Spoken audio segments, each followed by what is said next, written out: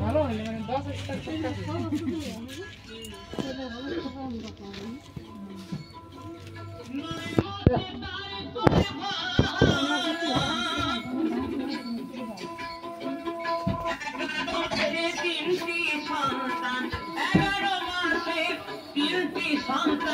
কোনটা করবে ফকিরি যাদের গায়ে চাঁদলে আমরা ভেবে করব কি যাদের গায়ে চাঁদলে